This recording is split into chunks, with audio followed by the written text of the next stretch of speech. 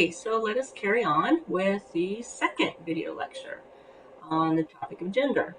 Remember, I left off and I was talking about how gender is, why it is sociologically significant. And the answer to that question is because it acts as a universal social divider, and these divisions are not equally regarded. So if it was a way of sorting people out, we would talk about gender norms, which are expectations about behaviors assigned to male or female. But it's the fact that the norms that get assigned to male or female are not equally regarded. That male ways of being are considered more valuable than female ways of being, and this puts women at a disadvantage, right? Economic disadvantage, social, political, yada yada. We'll talk more about that in a second.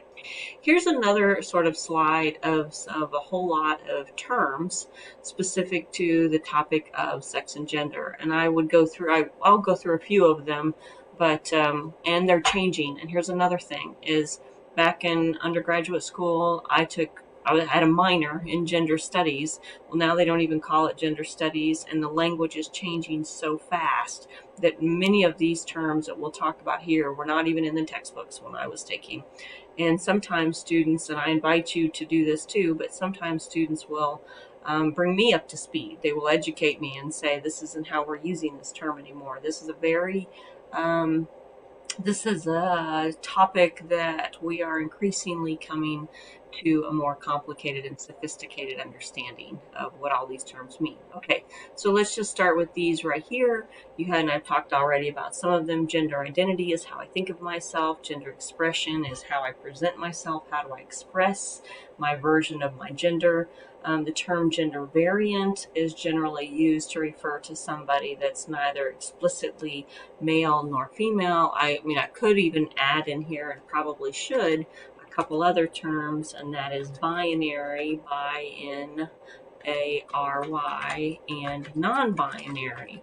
Non-binary, both these A-R-Y, these simply mean that a traditional notion of gender assumes there are two. That would be binary. Non-binary says no, there's way more than two, and then it would go on to talk about variant, right? Gender variance, gender fluid, and I argue that when I was growing up, we had this concept of gender fluid. We didn't have a word for it, but gender fluid is sort of the idea that I will present my gender along a continuum, and so maybe maybe on the weekends I'll present myself as more feminine, and on the weekdays I'll be more masculine. I mean, when I was growing up, we did this, right? You would have more feminine. We just didn't call it gender fluid, nor were we at a point in our in the 80s where there was an acceptable that it was acceptable to say I am not the gender assigned to me at birth, right? So there wasn't the possibility that you could uh, to use the cliche that you could switch sides, that the notion of being trans was just not socially acceptable or even understood. Where, today I have a handful of friends whose children consider themselves to be trans, which is sort of an extreme version of gender, yeah, maybe of gender variant. Okay, so trans refers to somebody who's in the process of transitioning. Some books will make reference to transsexual, which would mean someone's in the process of changing their anatomy, and transgender refers to changing how I express, how I think of myself, and how I want to be regarded, how I want to be treated. In one of the textbooks that I use, it says that transsexual and transgender are used interchangeably, though I have heard them described as different. I believe I'm doing this one incorrect. I believe that's supposed to be one word. Cisgender is as a relatively contemporary term, and it refers to when everything is synced up. So I am cisgender. I will out myself now. I have a vagina. I think of myself as female, and for the most part, I present as female. And I'm heterosexual.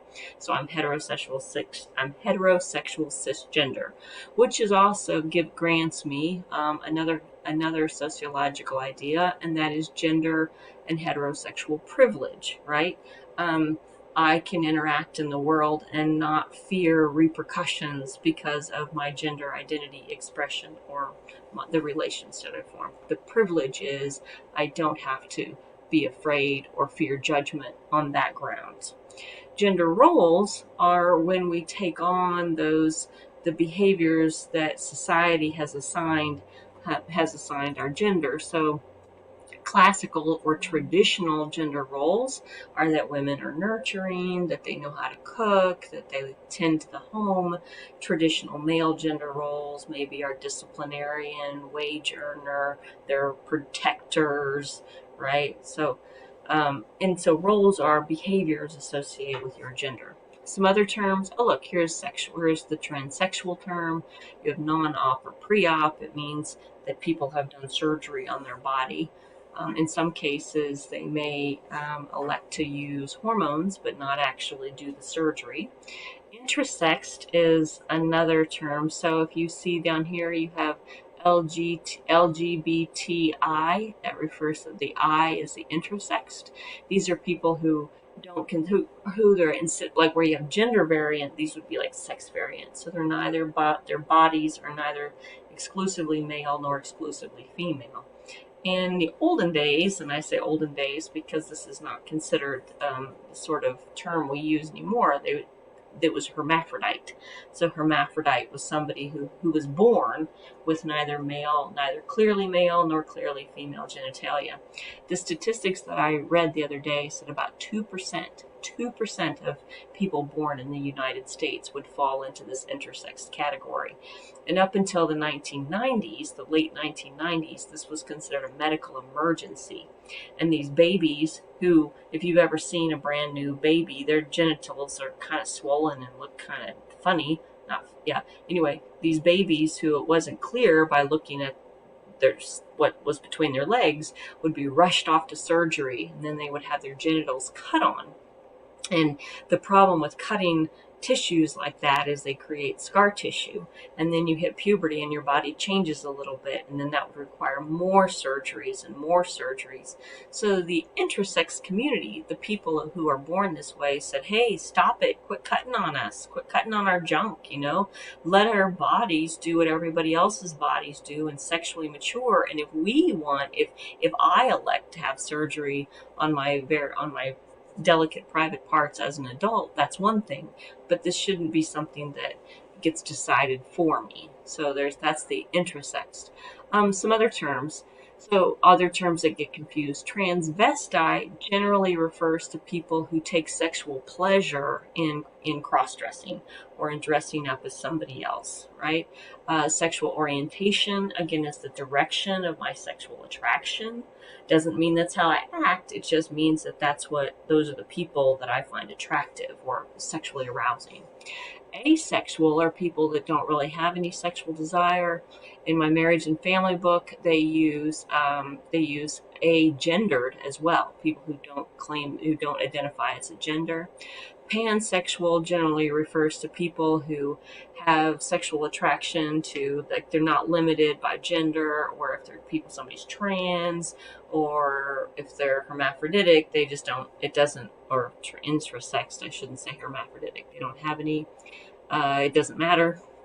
LGBTQ, I think sometimes I think I got this wrong here. I think sometimes you got Q and I and A for asexual.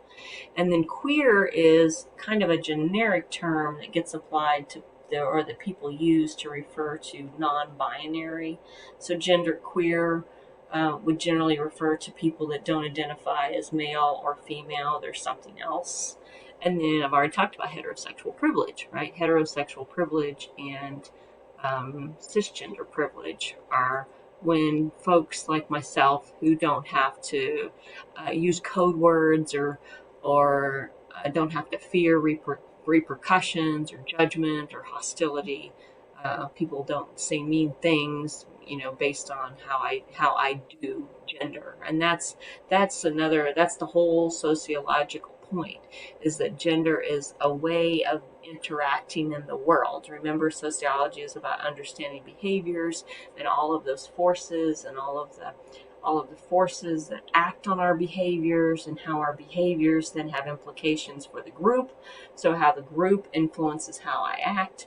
And the sociological takeaway of gender is that it's learned, that these are social forces, that if we were given free rein to act in any way, we could potentially act different. But society tells us, and we learn it very young, that if you are a girl, then this is what's expected of you. If you are a boy, this is what's expected of you.